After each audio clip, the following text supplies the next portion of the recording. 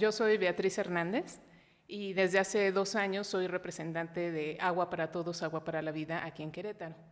Y bueno, a raíz de que se conforma la Contraloría Nacional del Agua el fin de semana del 12 de octubre, me integro a la Contraloría Ciudadana Autónoma de Querétaro. ¿También nos puede explicar de qué va esta Contraloría, qué funciones tiene para quienes Claro no que lo sí. saben? Bueno, haciendo un poquito de recuento de lo que es la Contraloría Nacional, tenemos que, bueno, viene de un movimiento que tiene más de una década, que es el movimiento que se origina de Agua para Todos, Agua para la Vida. La actual ley nacional que tenemos, la Ley de Aguas Nacionales, data de 1992, en la época salinista. Pero a partir del 2012 se asienta en el cuarto institucional, en el cuarto artículo institucional, nuestro derecho humano al agua. Entonces, según estos cambios en el artículo, se tenía 1 año para presentar una nueva ley, la Ley General de Aguas. A partir de entonces, un grupo de académicos de la Universidad Autónoma Metropolitana tienen un congreso y juntos deciden hacer una propuesta de Ley General de Aguas, también aprovechando que había el espacio de las leyes de participación ciudadana. Ellos tienen lista la propuesta después de haber estado trabajando con grupos comunitarios, con empresas, a lo largo de todo un año y a lo largo de todo el país. Y se tiene lista una propuesta que está basada en 12 consensos primordiales, que de los cuales te puedo mencionar sobre todo el respeto a la naturaleza, porque todos estos consensos se basan a que desechemos este sistema extractivista que está planteado en la Ley Nacional de Aguas, que todavía lamentablemente nos rige y que ha hecho una gran destrucción, aparte de que provoca el acaparamiento, tenemos el agua contaminada y gracias a que nuestras leyes lo están permitiendo. Entonces, estos consensos engloban el hecho de que seamos respetuosos con los sistemas del ciclo natural del agua. Durante toda una década se ha trabajado para que se promulgue la Ley General de Aguas. Con la iniciativa ciudadana se ha estado, bueno, los grupos seguimos trabajando y se siguen instaurando estos consensos. Y de la nacional después llega y se hace una aparte en Querétaro porque se estuvieran haciendo locales, ¿no? La de Querétaro sí. Bueno, la de Querétaro nace a raíz también de lo que es la ley que se llamó la Ley Concesiones. Pero bueno, y no nada más hay en Querétaro. Antes de que hubiera la Contraloría en Querétaro, había ya en muchos estados, porque todo este trabajo que se ha seguido haciendo se hace a lo largo de toda la República. Entonces, legislativamente, también Agua para Todos ha estado proponiendo y trabajando con los legisladores. Después de varios años, se logra que en la 64ª legislatura se pueda meter a votación la Ley General de Aguas. Es importante tener bien claros los nombres de lo que es la iniciativa de la Ley General de Aguas y la que ahora nos rige, que es la Ley Nacional de Aguas. Lamentablemente, igual después de 1 año de trabajo que se estuvo haciendo a nivel ya legislativo, en el que participaron todos los partidos que bueno, estaban en ese momento en el Congreso, que se presentaron otras 3 iniciativas que se hicieron consensos, hubo una traición por parte del diputado Flores Anguiano, que pertenece al partido Morena. Lo digo porque sí hay que sopesar el asunto de que no es el problema del agua no es un asunto de partidos o no es un asunto... se ha complicado demasiado, pero se ha trabajado a nivel legislativo. Nosotros, como Agua para Todos, hemos trabajado en todos los frentes, tanto comunitario como a nivel legislativo, como lo que ahora se está plasmando con la Contraloría Nacional. Que es importante dejar claro como esta parte de que pues con Morena hubo un problema porque, por ejemplo, aquí en Querétaro estuvieron defendiendo mucho que acompañaban estas iniciativas, ¿no? Y se sigue, o sea, no es que, digamos, este es un mensaje a la comunidad, no es que porque sea un partido y ese partido vaya con cierto lineamiento, podemos despistarnos de lo que se esté haciendo legislativamente. En este caso se llegó al grado de que el diputado Flores Anguiano, en lugar de meter la propuesta que ya estaba consensuada después de un año de trabajo, metió la de un diputado panista, Mata. Entonces, esa propuesta se conoció como Flores Mata y se tuvo que echar atrás. O sea, ya no tenemos al día de hoy una ley general de aguas porque no quisieron votarla en ese momento y peor aún, metieron otra que ni siquiera estaba consensuada. Entonces, estamos en un grado tal en que estamos viviendo en la inconstitucionalidad desde hace más de una década. O sea, tanto la Ley Nacional de Aguas es inconstitucional, como por ejemplo la Ley de Concesiones de Querétaro es inconstitucional, porque no cumplen con el 4º artículo de la Constitución que dice que tenemos derecho humano al agua. Y voy a aprovechar para mencionar lo que esto significa. Y o sea, el agua... Querétaro se estaría uniendo a partir del 2022, que es cuando entra esto de la ley de aguas aquí en Querétaro, ¿no?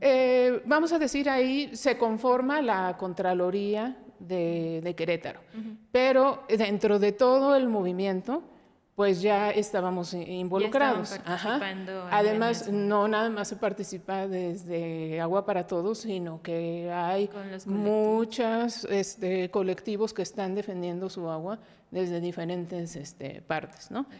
Entonces, bueno, el artículo 4º constitucional dice que el agua debe de ser suficiente, salubre, aceptable y asequible. Ese es nuestro derecho que tenemos como mexicanos.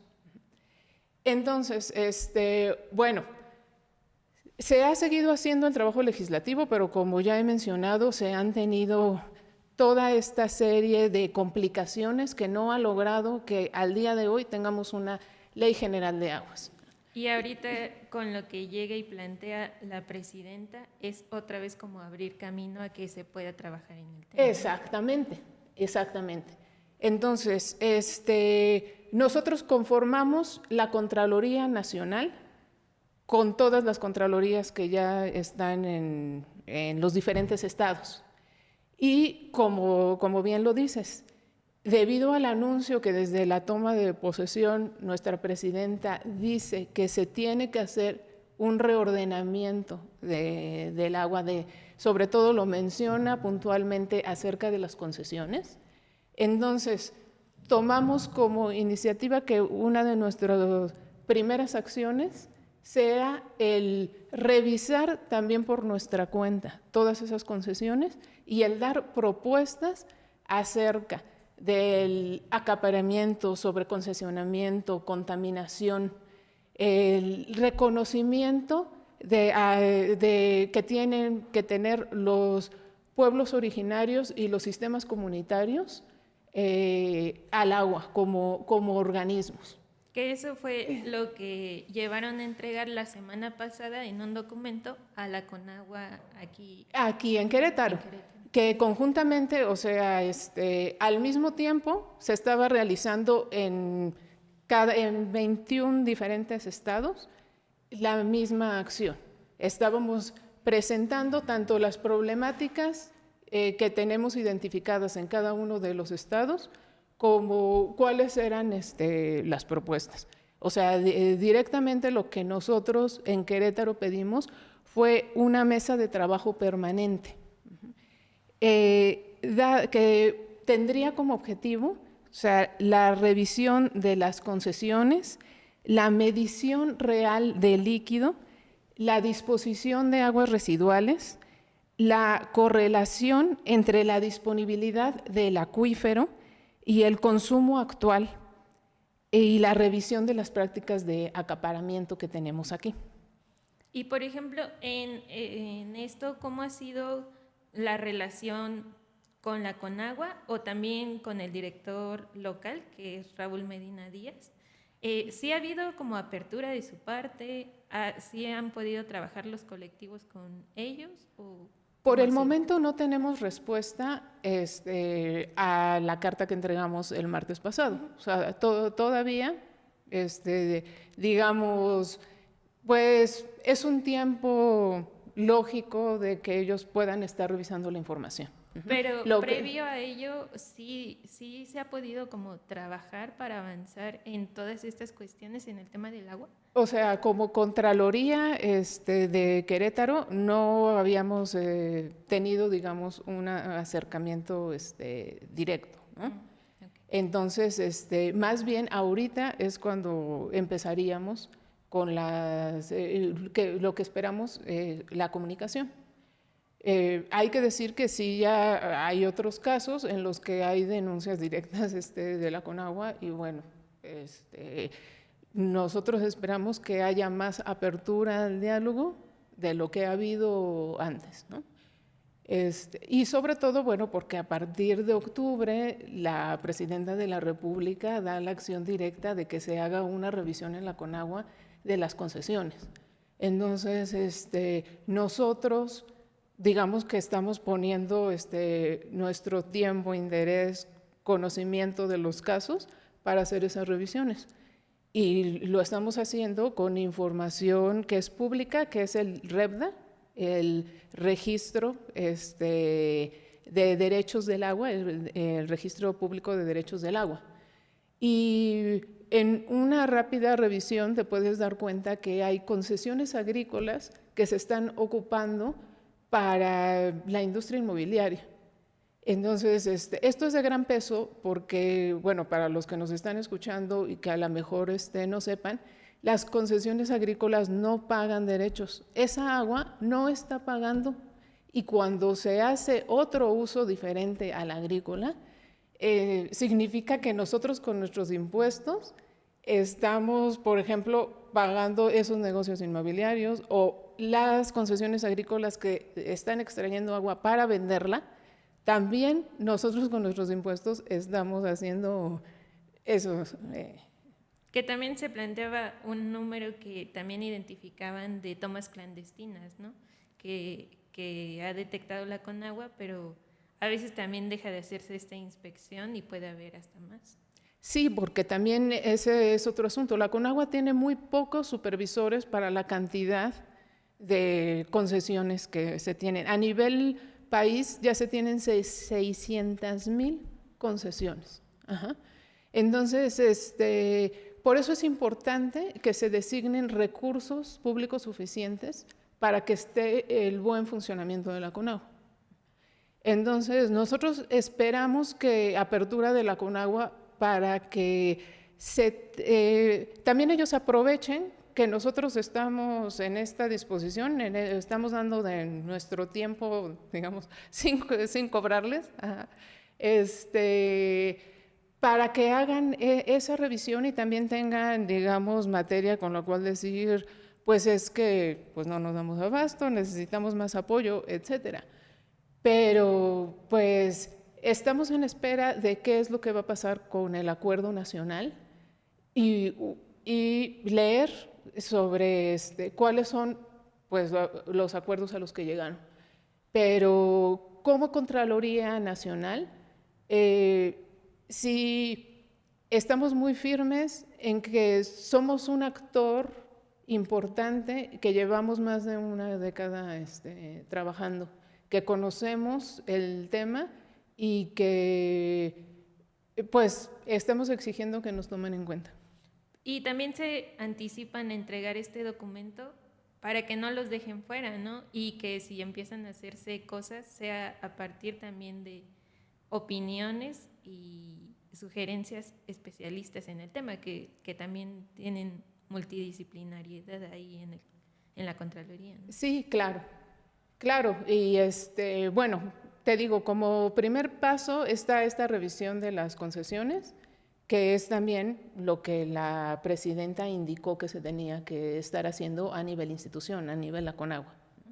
Entonces, eso como primer paso es lo que estamos haciendo. Pero en realidad, o sea, el punto final es llegar a este cambio de paradigma que nos lleve del extractivismo a uno de respeto a ciclos del agua, a uno que no necesitemos trasvases para estar funcionando como ciudades.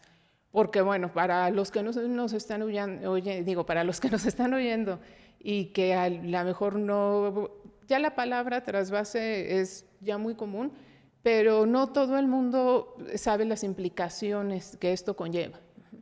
Primero, para hablar de trasvases, pues hay que hablar de cuencas. Las cuencas son la división natural que tiene el territorio en cuanto al agua. Y deberíamos de estar haciendo la administración del agua en base a esas cuencas, a ese territorio. Es más fácil pensarlo como si fuera una cunetita. A mí un amigo me lo explicó: si pones tu mano cóncava y imaginas que en el pico de los dedos están los montes, la cuenca es esa cunetita en donde se junta todo el agua. La cuenca es un punto geográfico en el que se concentra el agua. Lo que hacemos, por ejemplo, nosotros en Querétaro con el Acueducto 2 es traernos el agua de Hidalgo que pertenece a otra cuenca, no las traemos acá a Querétaro. Ese es un trasvase, te pasas agua de una cuenca a otra. Pero el daño que le haces a la cuenca de donde te estás tomando agua es irreparable. Es un ecosistema completo el que estás dañando. Aparte de que estás dejando sin agua a la población que depende de esa cuenca. Y hay otras problemáticas secundarias, como son las que se viven aquí en Querétaro, en que esa agua que se trasvasa no se le da el aprovechamiento total. Aquí en Querétaro se tiene entre 40 y 60% que se desperdicia en fugas. Y lamentablemente lo vemos con la respuesta de la CEA. La CEA sigue sin dar una respuesta inmediata a los casos de reportes de la fuga. Y hay veces que son, litros y litros que se dejan perder y simplemente pareciera que no hay una autoridad que pueda, poner control sobre eso. ¿Por qué seguimos en ese ciclo? Pues porque, vamos a decir que porque podemos, porque todavía tenemos agua, pero porque le estamos extrayendo totalmente de otra cuenca. Y que también era algo que se señaló en su escrito, ¿no? De que se supone este proyecto se hace para dejar descansar el acuífero y se ha visto que en los últimos años siguen perforándose pozos. Exactamente, porque hay otra cosa que también tiene que tomar en cuenta la población. Está el agua superficial, que es la que vemos en los lagos, en los ríos, etcétera. Está el agua subterránea, que es la que viene del acuífero, la que logra absorberse gracias a los montes, gracias a la vegetación. Por eso es tan importantes los árboles. El agua subterránea es la que se saca por los pozos. Si nosotros, como lo hicimos aquí en Querétaro, nos extendemos totalmente en territorio con construcciones, con pavimento, etcétera, imposibilitamos que se absorba esta agua. Vamos a decir un ejemplo por el Tángano. El Tángano tiene O sea, legalmente puede construir ahí, pero ahorita todavía es una zona en que se puede estar recargando. Bueno, ya nosotros nos hemos expandido aquí en Querétaro tal que no permitimos esa recarga.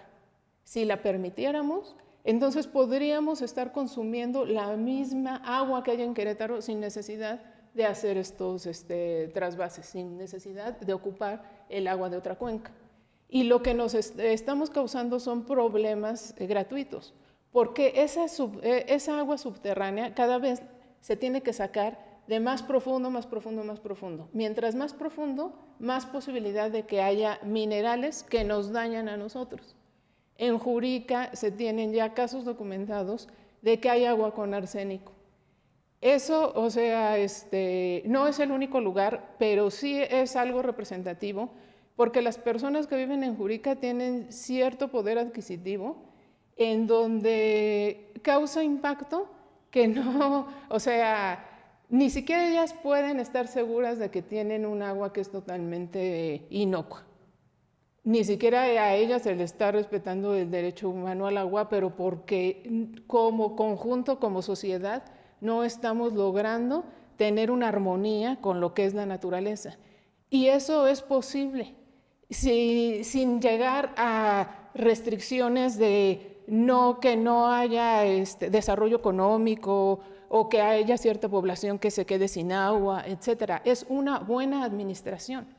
No es posible que dejemos perder, en algunos casos 60% del agua, en otros 40% del agua, y que permitamos que se contamine el agua sin más. O sea, veamos cómo está el río Querétaro, cómo está el río San Juan, si nos vamos al río Tolimán también. Lo estamos dejando simplemente que se destruya. Toda esa agua superficial estamos dejando que se destruya.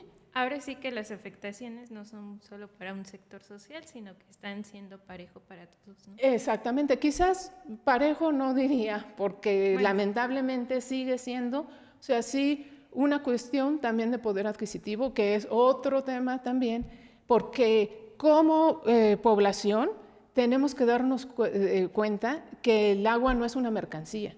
O sea, no solamente tenemos que exigírselo a nuestros gobiernos, de que no privaticen el agua y no la vean como una mercancía. También tenemos que darnos cuenta nosotros que no lo es. O sea, no importa que nosotros estemos pagando por esa agua, porque mucha gente tiene esas reacciones cuando uno le señala de que está desperdiciando el agua, o tiene ese pensamiento de que a ellos no les va a pasar porque tienen cierto poder adquisitivo y siempre van a tener con qué poder comprar el agua. En primera, bueno, eso es una tesis que a lo mejor no se cumple, porque de la noche a la mañana, cuando permites que un gobierno te privatice el agua, de la noche a la mañana te puede subir al triple, cuádruple, lo que el particular, si ya no hay agua, pues te va a poner el costo. Y nadie podría estar totalmente seguro que va a tener dinero para comprarlo.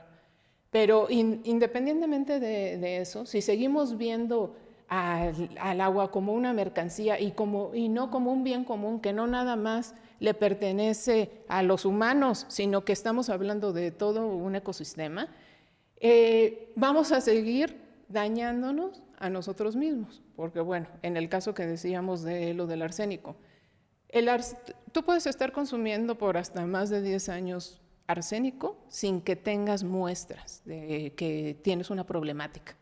Si tú no analizaste tu agua, que es imposible analizarla cada vez que te la tomas, ¿verdad? Pero si no, o sea, lamentablemente hay muchos casos ya en la República y es una tristeza que niños tengan que morir por estas causas o vivir con malformaciones y etcétera. Bueno, esto puede ser 10 años y es lo conocido. Pero si seguimos en esta ideología de mercantilizar el agua, de nada más ver por nuestro bienestar, de no unirnos y responder ante las problemáticas de un problema tan complejo, porque además es multifactorial el agua, tiene muchas ramificaciones y tenemos que empezar a entenderlo a profundidad. Entonces, sí, es también un asunto de que como población tenemos que cambiar esas ideologías. Ok, y ahora sí que para ir cerrando, ustedes van a estar insistiendo en trabajar en esto con la Conagua, digamos, van a esperar un tiempo de respuesta, pero de todos modos, si no la hay, van a seguir insistiendo. Ah, sí, claro que sí. O sea, este es un trabajo que se está, como bueno, ya lo he mencionado, haciendo coordinadamente a nivel nacional. Ajá. Entonces, pero, y bueno, también estamos esperando la respuesta de la presidencia acerca del acuerdo. Que, bueno, hoy en la conferencia de la mañana escuché que le dio fecha a finales de noviembre la presidenta para presentar el acuerdo. Entonces, a raíz también de ese acuerdo, nosotros como Contraloría Nacional vamos a definir los siguientes pasos. Pero finales de noviembre es más que tiempo suficiente para que en los diferentes estados tengamos una respuesta, ya sea positiva, o bueno, que sepamos la Conagua qué posición es la que tiene, como por ejemplo nosotros en Querétaro, que estamos solicitando la mesa de diálogo. En el transcurso también estamos sacando nosotros todas las concesiones que no tenemos explicación y que seguramente la Conagua ya tiene detectadas. No nada más porque es su trabajo y porque estas concesiones han estado ahí desde, o sea, años y años, sino porque tienen una orden expresa de la presidenta, de que a partir de este octubre tendrían que estar haciendo prácticamente el mismo trabajo que nosotros estamos haciendo. Entonces, pues esperemos que en corto tiempo se pueda abrir aquí en Querétaro esa mesa de diálogo, que haya trabajo participativo para que se expliquen estas concesiones, pero de cualquier manera, esa información va a estar ahí para que la Contraloría Nacional pues la siga trabajando a nivel federal y que nosotros también veamos respecto al acuerdo cuáles serían los siguientes pasos que daríamos. Ok, pues muchísimas gracias. No, pues gracias a ustedes.